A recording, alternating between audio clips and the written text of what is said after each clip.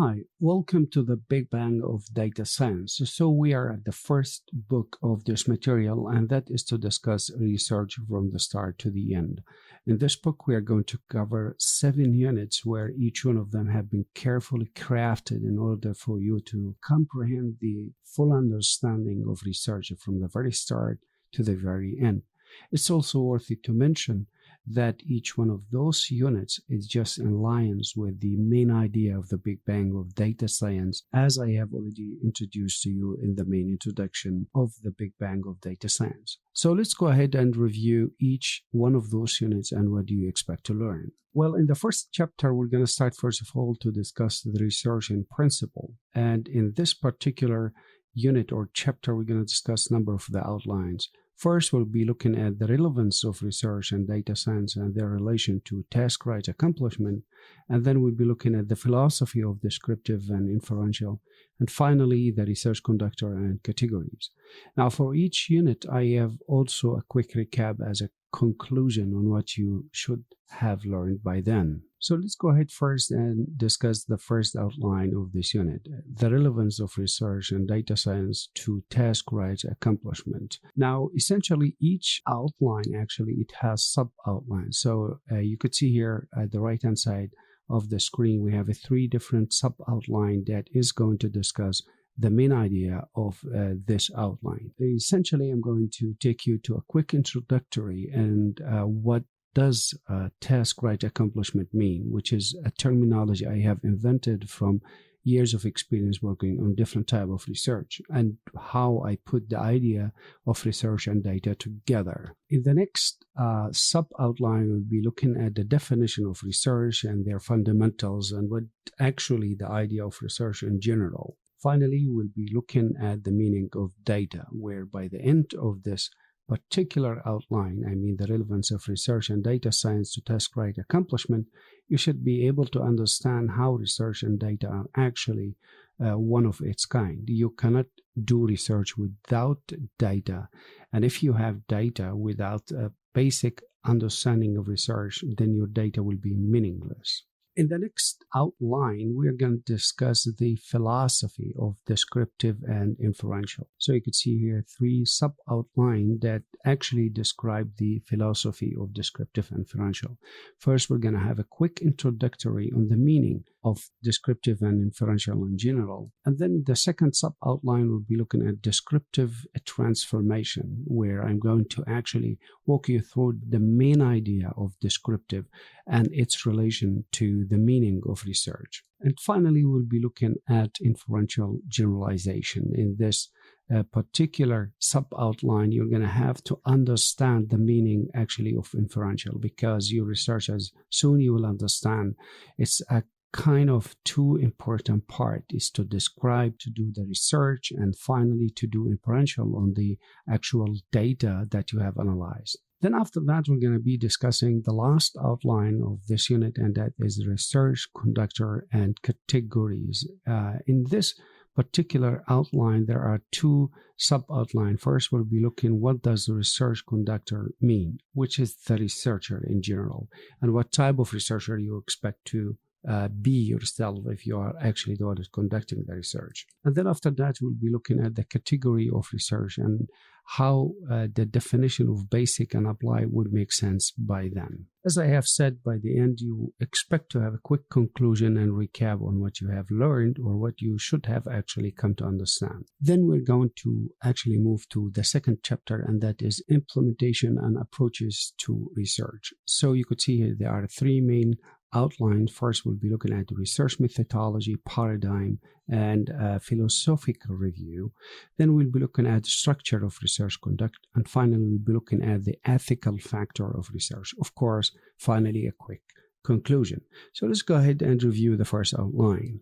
So here in the first outline, research methodology, paradigm, and philosophical review, we're going to have a number of sub-outlines. First, I'm going to introduce you to a quick introductory with the major idea of research, but from philosophical actually understanding, and how these elements as a standard patterns, etc., they all come together actually to form what we call a paradigm. Next, we'll be moving to understand the meaning of quantitative or a positivist type of research. So these terminology are quite used often in academic arena, but many people actually perhaps do not make much sense once you are on a practical ground to implement your research. But in this particular material, I have brought the actual gap between academic and real life examples where you're going to understand what does quantitative kind of research means. And also next we'll be looking at the second type of research, which we call the qualitative or the interpretative kind of research, where you're going to have also to understand the second type of kind of research, looking at the research from a paradigm perspective. Finally, I'm going to take you to a graphical presentation on the actual difference between your research, if it should be in the form of a quantitative or qualitative kind of research. Then we are going to move to the next outline, that is to discuss the structure of research conduct. And you could see here three sub-outline. First, we're going to have a quick introductory on the meaning of research conduct. And then we'll be looking at the actual two different types of research conduct as inductive or deductive. And finally, we'll be looking at the subject reaction and how this particular element or factor could determine the type of research conduct that you are about to do. Next, we'll be looking at the last outline, that is to discuss the ethical factor while you are conducting your research. So first we'll be looking at the code of conduct, or called the COC, and then we'll be looking at a quick important guidelines that can actually govern the ethical factor of your research. Finally, of course, as we said, a quick conclusion on what you should have learned by then from this chapter. Next, we'll be looking at Chapter 3, Research Topic and Literature Review. In this chapter, there are three main outlines. First, we're going to define what is a research problem, and then the conduction of the literature review, and finally, the reviewing and writing on the source of the literature. Let's go ahead and review the first outline. So in the first outline, we're going to be looking at what is the research problem in general, how to understand the research problem. And this is where we're going to have a quick introductory on the main idea of this outline. Next, we'll be looking at research problem identification. Actually, what does research problem in general and how to identify the research problem in principle. Finally, of course, we'll be looking at the research focus. It means if you have a research, how you're actually going to create focus of the idea of a research in principle. Next, we'll be looking at the next outline, that is to discuss conduction of the literature review. The main sub-outlines first, quick introductory on the meaning of literature review and why literature review is something important to understand, not only from an academic perspective, but also from a practical or industrial perspective. Next, we're going to discuss why literature review is quite a bit important. And finally, how to actually form a literature review from academic and also from industrial aspect. Next, we'll be looking at the last outline of this chapter, and that is to discuss review and writing of the source of the literature. So first, we'll be looking at reviewing the literature, and finally, writing actually the literature. Of course, finally, you're going to have a quick conclusion on that. Then we'll be moving to Chapter 4, that is Lab Section 1. Now, as I have promised you from the very beginning, that the difference of this material, that I have tried to bring the gap between academic and also industrial standard. Most people, they can really excel in academic arena, but once they are on the ground to implement what they have learned, they find a huge gap of missing point, and they can struggle really. And other way around also it works. So to this end, in this book, I have a project that we're gonna actually be working on it from the very beginning of this book until the next book, that is analysis from the start to the end. So in the first lab section, as you can see, I'm going to introduce you to the story. what is the story of the lab, or what is the story of the research problem, and the idea of the consultancy then, and how I have been approached to actually work on the project, and finally the scientific implementation. So as you can see here in the first particular outline, I'm going to make a quick introductory on the main idea of the lab, and then I'm going to take you to the project characteristic. What is the project characteristic, and what is actually the stakeholder of the project wanted from the beginning, what kind of a problem they faced. And finally, I'm going to show you how to actually work on a real operational flow. Up to the three previous units we've learned, I'm going to bring all those knowledge from academic perspective into actually a real practical example. Then we are going to move to the consultancy part, and how when you are actually in a form being a consultant or a researcher or a person actually interested to conduct that research, first how to understand the problem and the assignment, and then how you can make an academic evaluation based on the information that you have learned by then. And finally, of course, how to graph the problem. Graphing of the problem is a very important skill once you are in an industrial project. This is exactly what you expect in this sub-outline. Finally, of course, we're going to talk about the scientific implementation, where I'm going to introduce you to a quick introductory on the point, that kind of scientific implementation. And finally, of course, the implementation step for the project. So by the end, of course, you expect that the first part of lab 1 has been done, and then you have a clear idea on the problem. Now we're going to carry on the second part of the academic understanding. First, we'll be looking at the framework and the research design. In this chapter 5, we're going to be looking at the main outline of philosophy of theory, and then philosophy of framework, and finally research technical implementation, and of course quick conclusion. First outline, we are going to discuss the philosophy of theory. So you have to understand, what does theory mean first. That is exact introductory to this. And by the way, you could see here I have added the sample to emphasize the importance of understanding this particular chapter. So the next sub-outline is to discuss the illustration of theory, and how the different type of theory as an objective or subjective is quite a bit important. Finally, we're going to discuss the expression of variable, and what does variable mean in general. Then we're going to move to the next outline, and that is the philosophy of a framework. So theory should be understood by then. Now you have to understand, what does framework? And that is exactly the main idea of the introductory. Then we're going to introduce you first to the conceptual idea of a framework. What does conceptual framework mean? And then what does theoretical framework mean? Finally, we'll be looking at the last outline, that is research technical implementation. So we're going to be learning how to articulate your research question. This is, I think, one of the most important part of this book. How to articulate a research question, how to form a research question, and put the things very clear together. And then we're going to be looking at the ground on hypothesis. What does hypothesis mean, and what are the life cycle of hypothesis of each element? Finally, of course, we'll be looking at the design of your research. So you're looking at a different type of design. And of course, we're going to be looking at a quick conclusion on what you should have learned by then.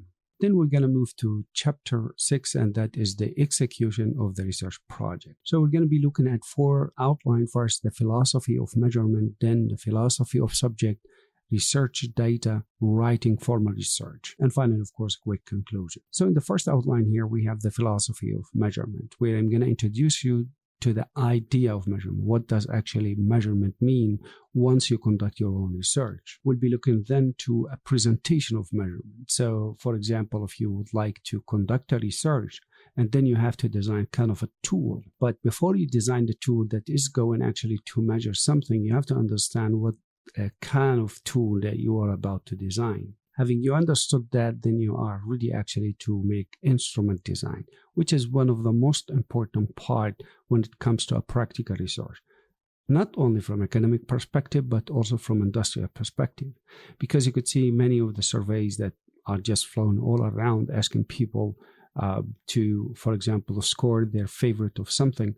This is not a random, shouldn't be a random or copy-paste, but should be based on actually instrumental design aspect. Next, we'll be looking actually to the philosophy of the subject. What does subject mean? I mean, the things that you would like actually to conduct the research on.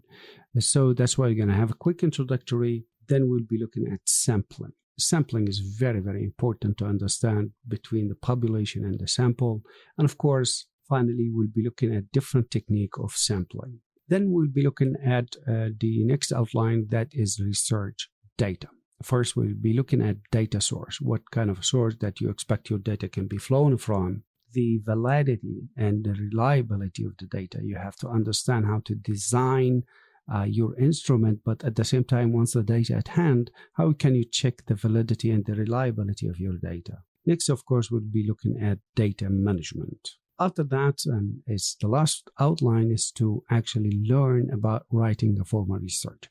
Now, this is not only for academic purpose, also you could learn from this section on writing a professional report if you are actually working for a certain industry or so. Finally, of course, we're going to have quick conclusion, as we said, and this is where we are going to the last chapter of this book, and that is chapter 7, to discuss the second lab section. Since we have done the first lab section by understanding the actual environment of the stakeholder, the problem we wanted to work on, and we actually utilized the first 3 chapters of academic understanding, and then we moved on to 5-6 chapters, which actually we dig deeper into the real idea of research and how we learned about instrument and design and different type of research. This is where we are going in this chapter actually to apply all what we have learned. So what do you expect by the end of this chapter? I could say it's the end of the book as well. It is your ability to pick on any project that you could encounter with. If you are a university student, you are able actually to create your final research to graduate. If you are undergraduate, postgraduate, or even a scientist working for a certain project, you are able by then to actually apply all this knowledge. In addition to that, if you are a professional working for a certain company in any position, and you are in charge to actually come up with a comprehensive idea of a project, by then you are able actually to do that. That's why in this particular lab, I'm going to show you first, as I said, to induct or deduct. Then, of course, you're going to look at the literature review and then the framework implementation, and to articulate the research question. Particularly in this problem, I'm going to show you how to actually articulate that research question and to answer the stakeholder expectation. And of course, to start the design, and then you build the instrument that you need and how many of them. Sometimes you don't have one instrument, perhaps number of them. And finally, of course, you start the implementation of your project. Now, by the end of this chapter, you should be able to say, well, your research is done, and you actually able to say, well, I have conducted all the research and the implementation step is ready. But I could recommend you for sure to go for the second book, that is analysis from the start to the end. Why? Because by the end of this book, you have understood research and you have actually applied that academic ideas that we've learned in this book into a real practical example in this lab that we're going to discuss. But you need the part of data. You have to understand after the data at your hand and you collected the information, because now the instruments are there. You have collected information from the subject. Now, how are you going to do analysis? How are you going to actually prove answer to your hypothetical claim for the entire research? But for this book, I could say from at least academic perspective, you should have a comprehensive understanding on research, how to start it from the very beginning to the end. All right. So that was all about this book. I look forward and I hope that you can move forward to the second book, that is analysis from the start to the end. Good luck.